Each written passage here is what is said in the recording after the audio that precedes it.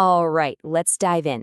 Today, we're cracking open a book that's been a total game changer for so many people's finances, Your Money or Your Life.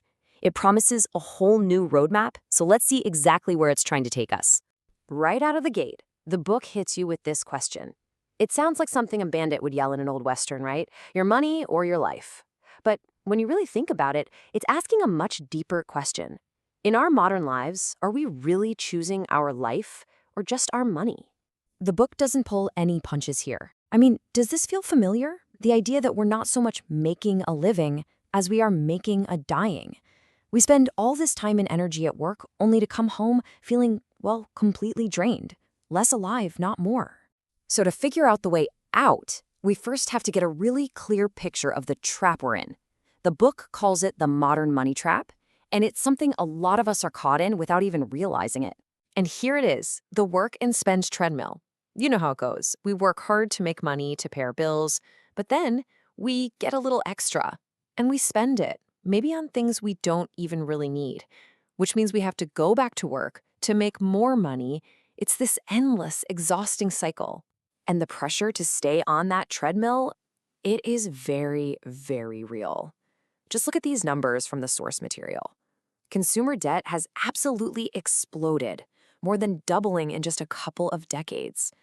At the same time, the amount of money people are actually saving has totally cratered. So, more debt, less savings. That 9 to 5 starts to feel a lot less like a choice and a lot more like a sentence. Now, here's the other side of that financial vice grip. For most people, about 70% of us, we just have barely budged. Meanwhile, for the top earners, they've shot way up. So you've got this feeling of working harder and harder, but your paycheck just isn't keeping up with the rising costs. The squeeze just gets tighter. And here is the real kicker. After all that work, all that sacrifice, are we even happy doing it? Well, according to a Conference Board study that the book mentions, fewer than half of Americans are actually satisfied with their jobs. Let that sink in. We're trading away our lives for jobs we don't even like. Okay, but it's not all doom and gloom, I promise. The book doesn't just lay out the problem, it offers a solution. It's a new way of thinking that all starts with one single, incredibly powerful idea that just changes everything. This right here, this is the aha moment of the entire book. It asks us to stop thinking about money as just paper or numbers in an account, and instead to see it for what it truly is, your life energy. Every single dollar you have represents a piece of your one precious life that you traded to get it. When you think of it that way, you start to spend it a lot more carefully. So, if we're trading our life energy for this stuff, how do we know if it's a good trade? The book gives us this amazing visual called the fulfillment curve. See, at the beginning, spending money feels great. You're covering your basic survival needs, you're getting some comforts, and your happiness and fulfillment go way, way up. Then you keep going. You start buying luxuries. A fancier car, more expensive clothes. And you know what? The fulfillment you get from each dollar starts to flatten out. It's nice, but it's not life-changing anymore.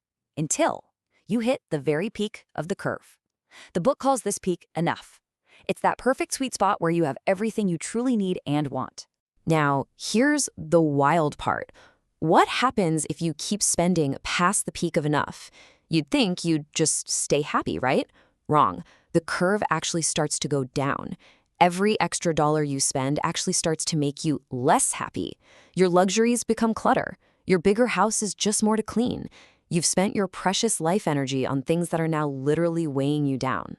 Okay, so once you really get that money is your life energy and that more stuff doesn't equal more happiness, the book lays out a super clear, practical path.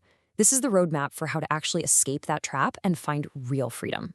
The book has a whole 9-step program, but we can really boil it down to these 4 big stages. First is awareness. You get brutally honest about your finances, no more guessing. Then you move to mindfulness, where you start tracking every dollar, not just as money, but as that life energy we talked about. This gives you visibility. You actually chart your progress so you can see the goal getting closer. And that final stage, that's liberation. That's when you hit something called the crossover point. And let's be super clear, this is not about being cheap or depriving yourself of joy. The book makes a huge point that this entire process is about liberation. It's about freeing yourself to build a life that is actually authentically you. So where is this all leading? What's the destination on this new roadmap? It's a concept you might have heard of, but maybe not defined this way. True financial independence. So, what is financial independence? The book's definition is beautiful in its simplicity. It is not about being fantastically rich. It's simply about having enough income to cover your needs and your comforts from sources other than your job. That's it.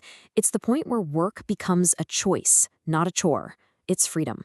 And the main tool to get you there is almost laughably simple. It's a wall chart. No, seriously.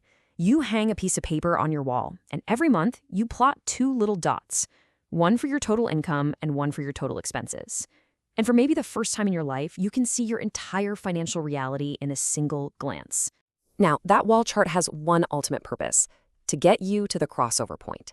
As you get better at this, the gap between your income and your expenses gets wider. You invest that difference, and those investments start to create their own income. You add a third line to your chart for that investment income.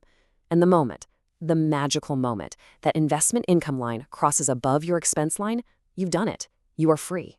Now, to make sure that freedom is secure and not fragile, the book says you need these three pillars.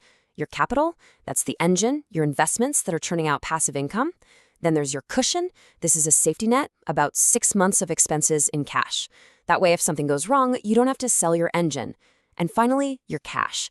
That's just extra money you set aside for predictable big costs, like a new roof or a different car. But here's the final beautiful twist. The book argues that real wealth isn't just about the money. It's also about what it calls your natural wealth. That's your skills and your knowledge, the sense of belonging you get from friends and family, and the support of your wider community. These are the things that truly make us rich. And that brings us right back to the beginning, but with a whole new perspective. The point isn't to stop working. It's to have the freedom to choose. So the book leaves us, and I'll leave you, with this one crucial question. If you didn't have to work for money, what would you do with your precious life energy?